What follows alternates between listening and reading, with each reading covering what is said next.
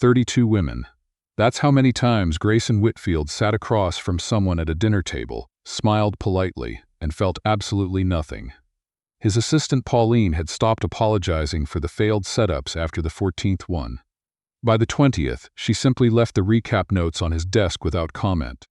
By the 32nd, she'd taken to sliding them under his door so she wouldn't have to watch his face. Grayson wasn't cruel about it. He never said anything unkind to the women themselves. He always paid for dinner, always walked them to their car, always sent a brief, courteous message the next morning thanking them for their time. But the women could feel it, that particular stillness behind his eyes, the way he answered questions like he was being interviewed rather than courted. One woman, a corporate lawyer from Toronto named Adrian, had put it plainly over dessert.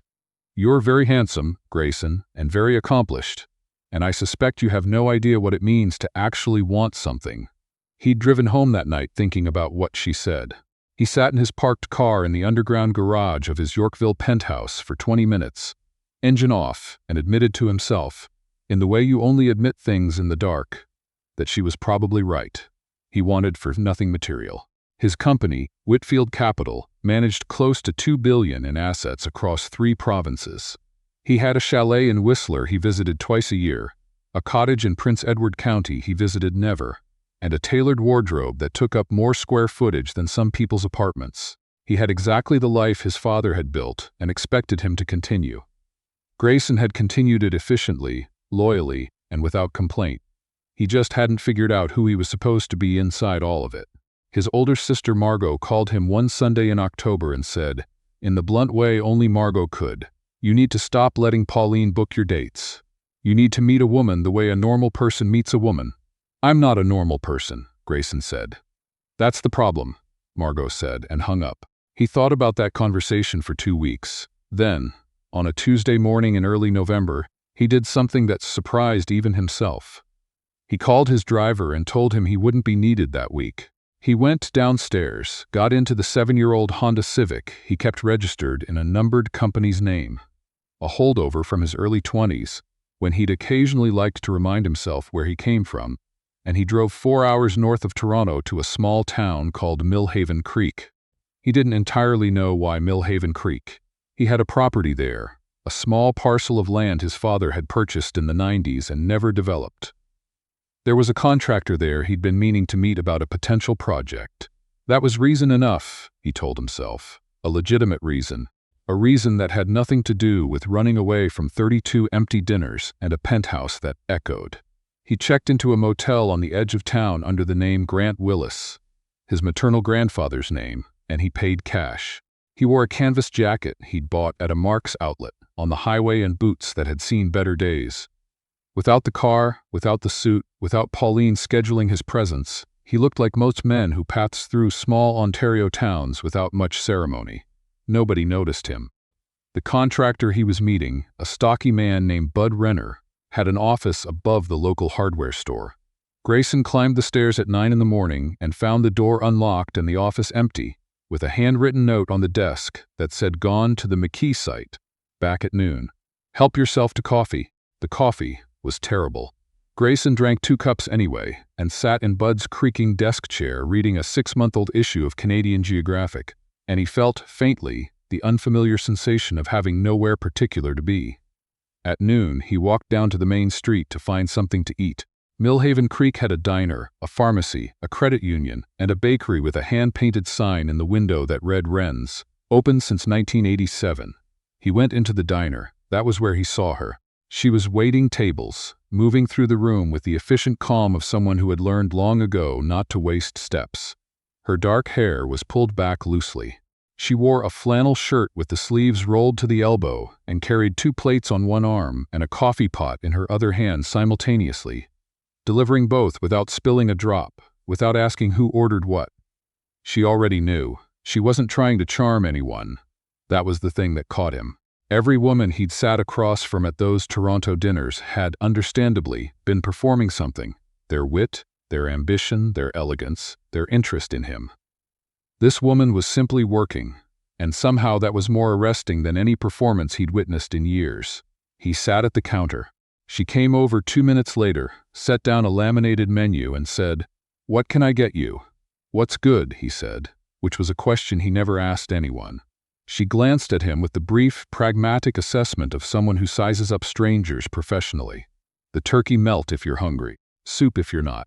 Coffee's already poured." He looked down. He hadn't noticed. "Turkey melt," he said. Her name, he learned from the other staff calling to each other, was Wren, not a waitress who happened to be named that.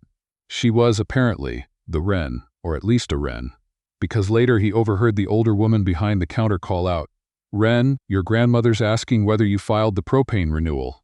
And Wren called back, "Tell Gran I did it last Thursday," without slowing down.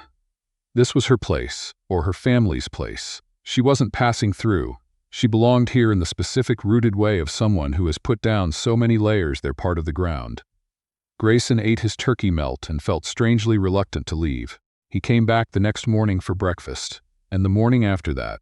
On the third day, Wren raised an eyebrow when he sat down and said, "You're still here." "I'm meeting with a contractor," he said. "Project's taking longer than expected." "Bud Renner?" she said. "Yeah, things always take longer than expected with Bud." She said it without judgment. She was already pouring his coffee. Her full name, he discovered gradually and entirely through small-town osmosis rather than direct inquiry, was Wren Calloway. Her grandmother, Eugenia Calloway, had opened the diner in 1987 with her late husband and had run it for 30 years before her knees gave out. Wren had come back from nursing school in Kingston 4 years ago. Not to take it over permanently, she'd said at the time, just temporarily, just until Gran was on her feet. Gran's feet had not improved. The temporary had quietly become the permanent, and Wren had not complained about it loudly to anyone, though the regulars could tell it cost her something. Grayson learned this the way you learn anything in a small diner, by being present, being quiet, and listening to everyone around you talk. Nobody asked him questions in return. To them he was Grant, a quiet guy from the city with a land deal in progress, harmless, unremarkable. He hadn't realized until now how much energy he'd spent his entire adult life being remarkable, and how exhausting it was. On the fourth evening, there was a minor crisis. The propane delivery hadn't come, and the oven was dropping temperature in the middle of dinner service. Grayson, without thinking about it, asked if there was a propane supplier he could call. He had a contact in the area from the Renner project. And Wren looked at him with a new expression, somewhere between surprised and guarded. "You don't have to do that," she said. "I know," he said. "I know the guy. It's not a big deal." She studied him for a moment, then nodded. He made the call. The propane arrived within the hour. After service, she brought him a slice of pie he hadn't ordered and said, simply, "Thank you," and went back to wiping down the counter. It was the most genuine thank you he had received in longer than he could accurately remember. He sat with that for a while. Over the following days they talked more, properly, not just order and deliver. She asked what he did back in the city, and he said he worked in finance, which was true and sufficiently vague. She didn't press. In Millhaven Creek, apparently, people didn't press. He asked her about nursing, and she was quiet for a moment before saying that she'd liked it, that she'd been good at it, that she still thought about going back to finish her specialty training someday. She said someday the way people say it when they've stopped believing in the word. "What's stopping you?" he asked. She looked at him without defensiveness. "Gran can't run this place alone, and I can't afford to hire someone qualified enough to leave her with, and also pay tuition. Have you looked at grants? There are nursing workforce grants through the province that cover." "I know what's available," she said quietly. "Not sharp, just certain. I've looked. It's not as simple as it sounds from the outside." He shut up. He'd been about to lecture her about her own life based on 2 weeks of casual acquaintance, and she'd stopped him with a single sentence without raising her voice. He respected that more than he expected to. What he didn't tell her, what he told nobody in Millhaven Creek, was that his company had, 18 months earlier, quietly acquired a controlling interest in the Regional Healthcare Investment Trust that funded 2 of the grant programs she was probably referring to. He had, in other words, indirect influence over the very bureaucracy that stood between Wren Calloway and the career she'd had to set aside. The irony was not lost on him. The guilt was not either. He stayed for 3 weeks in total. He told Bud Renner to slow down on the project assessment, which Bud was happy to do.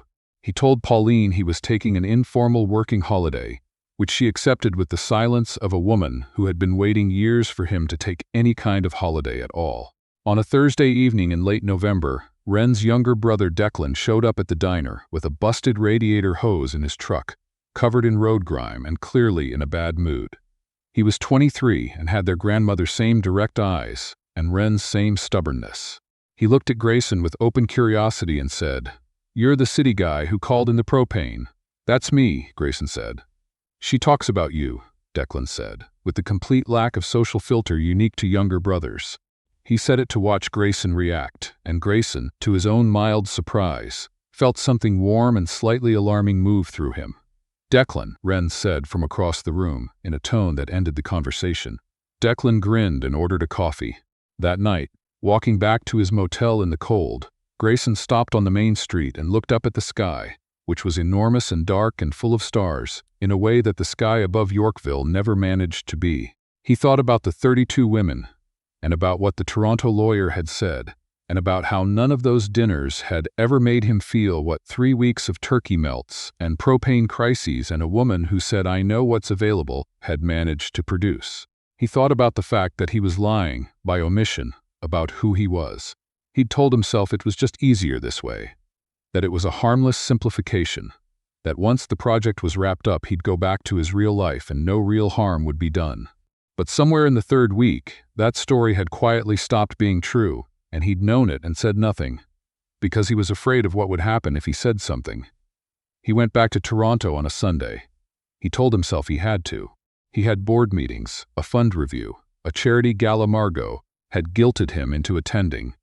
All of it was true. He went anyway, and found that none of it had the weight it used to, and he sat through the gala in his $7,000 suit, feeling like a man wearing a very expensive costume. He called Wren the following Friday. He had her number from the diner's business card, which he'd taken on his last morning and kept in his coat pocket without examining why too closely. She answered on the third ring. "Wren's Diner, it's Grant," he said, and then stopped because the name felt wrong in a new and specific way. There was a pause. "I know," she said. "The number came up as the motel. Are you back in town?" "No," he said. I just wanted to check in. About the propane. About whether everything worked out." There was a brief silence that had a texture to it, the kind of silence that knows it's being used to avoid something. "The propane's fine," Wren said. "Everything's fine." "Okay," he said. "Good." Another silence. "Grant," she said carefully, "is there something you actually wanted to say?" He looked out his floor-to-ceiling window at the Toronto skyline.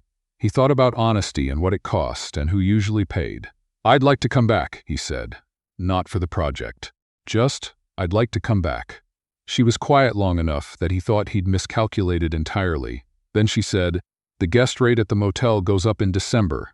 He almost laughed. "I'll manage." "Okay then," she said, and that was that. He drove back up the following weekend and took the same room. Eugenia Calloway, Wren's grandmother, was at the diner that Saturday afternoon, sitting in the corner booth reviewing invoices, because her knees were bad but her mind was not. She was 74 and had the look of a woman who had taken the full measure of every person she'd ever met and found most of them somewhat wanting. She watched Grayson come in and sit at the counter, and watched Wren's shoulders change very slightly when she heard the bell above the door, and she put down her pen. "Come sit with me," Eugenia called to him. He went and sat across from her. She looked at him for a long moment. "You work in finance," she said. "Yes. What kind of finance?" "Asset management, primarily. Some private equity." She tilted her head. "My granddaughter's too busy to follow up on a man, but she doesn't have to." "You came back." "I did." "Why?"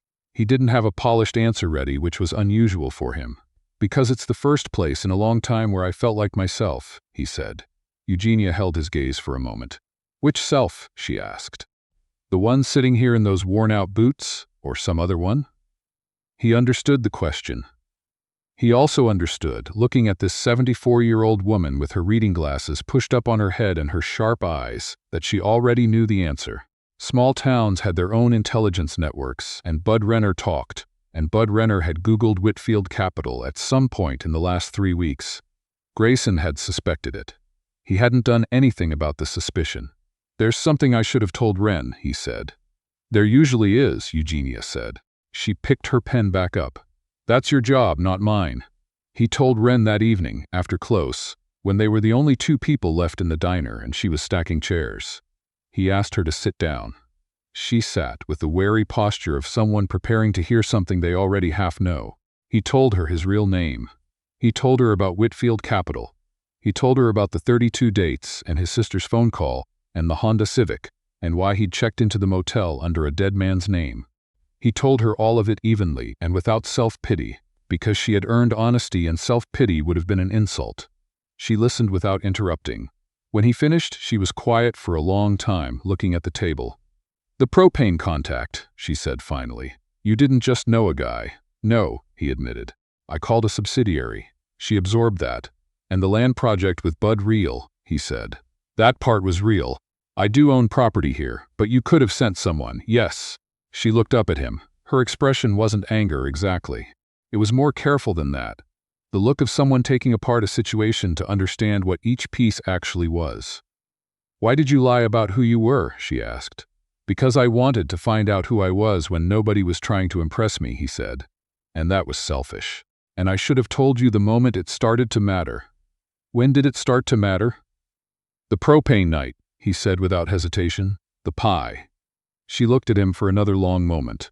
Then she got up and finished stacking the chairs, methodically, not looking at him. He sat and let her process it however she needed to, which was perhaps the most emotionally intelligent thing he'd done in recent memory.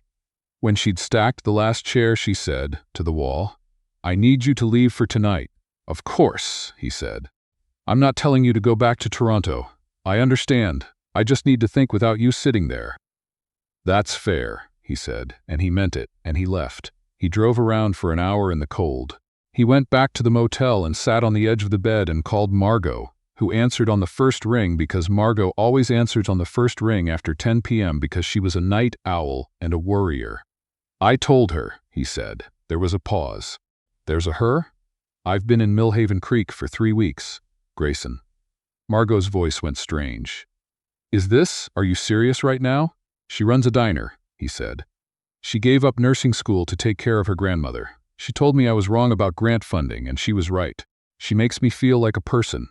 Margot was quiet for a moment. Then, "What did she say when you told her?" "She said she needed to think without me sitting there." "That's a good sign," Margot said immediately. "How is that a good sign?" "Because she didn't tell you to get out. She told you to get out of the room. Those are different things." A pause. "Go to sleep. Be at the diner in the morning. Get her coffee for once." He almost smiled. "She's the one who pours the coffee." "Then pour it for her," Margot said. "You know where it is." He was there the next morning at 7, before anyone else arrived. He knocked on the back door, not the front. Wren opened it in a canvas jacket with her hair still loose, holding her own coffee, clearly in the middle of prep. She looked at him. He held up a paper bag from the bakery next door. "Butter tarts," he said. "Declan said they were your grandmother's favorite." Wren stared at him for a moment. "You talked to Declan?" He was outside the bakery. "At 7 in the morning? He's an early riser." She looked at the bag. She looked at him. Some of the careful guardedness shifted, not gone but rearranged, the way a door doesn't open but unlocks. "Come in," she said. "It's cold." He came in. He sat at the prep counter while she worked, and they talked, differently than before, without the layer of Grant Willis between them, which made everything simultaneously more complicated and more honest. She asked questions she hadn't asked before. He answered them without shaping the answers to sound better than they were. She told him, at one point, that she'd spent half the night angry, and the other half trying to figure out whether she was angry at the lie or at herself for not looking harder at the inconsistencies. There were some inconsistencies, he admitted. "The propane callback timing," she said. "Nobody gets a propane delivery in under an hour up here without pull. I noticed and I didn't push it." "Why not?" she considered. "Because I didn't want to." That honesty cost her something. He registered it. They did not resolve everything that morning. That would have been too neat, and Wren Calloway was not a neat resolution kind of woman. But they talked for 2 hours before the first customers arrived. And when she put on her apron and went out front, she paused in the kitchen doorway and said, "If you're staying for breakfast, sit at the counter. If you're staying for longer than that, we'll have to actually figure out what that means." "I'm staying for longer than that," he said. "Okay," she said. "Then we'll figure it out." What followed wasn't simple. The people of Millhaven Creek had opinions, because people in small towns always have opinions, and the revelation, eventually, inevitably, that the quiet city guy at the diner counter was actually Grayson Whitfield of Whitfield Capital, spread through town with the speed and enthusiasm of any information that suggests the ordinary and the extraordinary have been secretly coexisting. Bud Renner was smug about having figured it out. Eugenia was not surprised by any of it and said so, with a brevity that suggested she'd always had access to more information than she'd let on. There was, as there always is in these situations, someone who tried to make it worse. A woman named Vivica, who'd gone to school with Wren and had made a comfortable life out of knowing and sharing other people's business, drove down from her cottage rental in early December and sat in the diner for 2 hours composing social media posts that she believed would alert the Toronto financial press to the story of Grayson Whitfield's small-town idyll. She believed this would embarrass him, expose the relationship as a manipulation, and perhaps net her the 15 minutes she felt she deserved. She had not accounted for the fact that Pauline, who had been Grayson's assistant for 9 years, monitored the relevant financial press inboxes with the vigilance of a border collie. Pauline intercepted 2 of the 4 intended messages before they reached anyone who mattered. The third went to a financial reporter who owed Grayson no particular goodwill but was also not interested in a story that amounted to rich man visits small town and falls for local woman, because this was not, ultimately, a story. It was a fact. The fourth went unanswered. Vivica did not get her 15 minutes. What she did accomplish, inadvertently, was forcing the conversation between Grayson and Wren to happen faster than it might have otherwise. Because once the town knew who Grayson was, the question of what he was doing there became one that Wren had to answer, not to Vivica, not to the town but to herself. She answered it on a Wednesday afternoon in December, walking along the creek trail that ran behind the back end of town, the one she'd walked every hard day of her life since she was old enough to walk alone. She called Grayson, who was in Toronto for 3 days for the board meeting that couldn't be rescheduled. He answered after 1 ring. "I've been thinking," she said. "I'm listening," he said. "I'm not interested in your money," she said. "I need you to know that in a real way, not a polite way." "I know that," he said. "I'm not going to pretend the power difference isn't real," she said. "You own things. You have influence over things. You mentioned the healthcare trust and I looked it up." He'd been waiting for this. "The funding programs.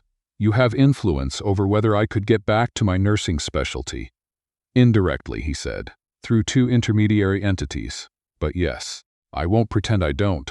"I don't want you to use that," she said. "Not for me. I need that to have nothing to do with us." "Then it won't," he said.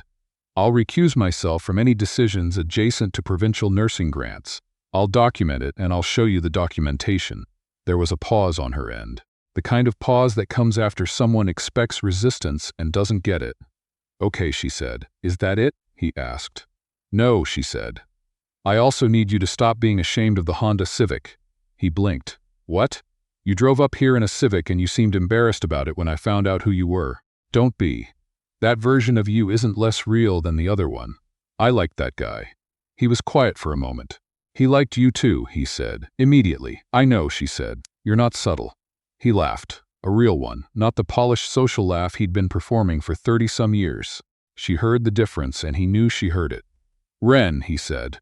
"Don't make it complicated," she said. "I wasn't going to." "You were. I could hear you gearing up." She exhaled into the cold and he could picture it, the breath misting out, the creek behind her, the bare November trees. "Come back this weekend," she said. "We can be complicated later." He drove back up Friday night. It was snowing lightly when he arrived, the kind of soft, purposeful December snow that makes everything in Ontario look like it was planned. He brought butter tarts again. A full dozen this time, because Declan had appeared from around a corner 2 days ago on a video call and pointed vigorously at the pastry until Grayson acknowledged the hint. Gran Eugenia was in the diner that Friday night, as she often was in the evenings now, less for the invoices and more because she'd decided the corner booth was simply where she lived.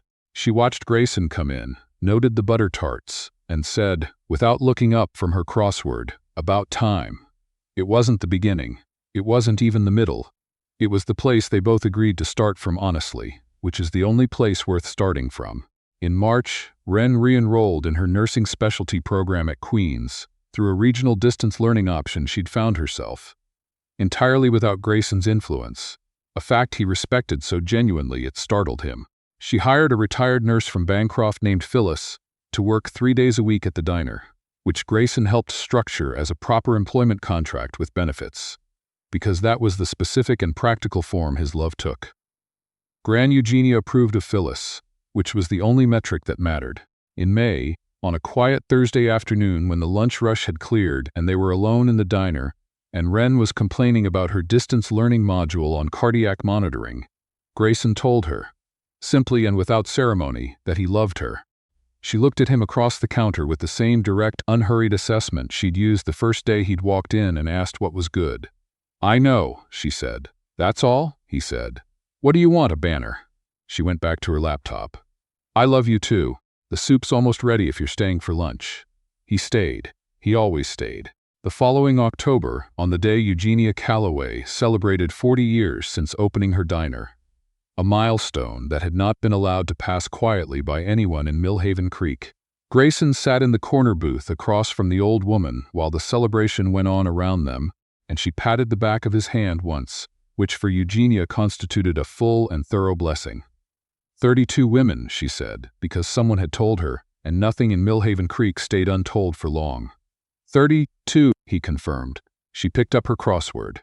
"Some people," she said, with the satisfaction of a woman who had seen most things and drawn her own conclusions about all of them, "just need to drive 4 hours in the wrong direction to end up somewhere right."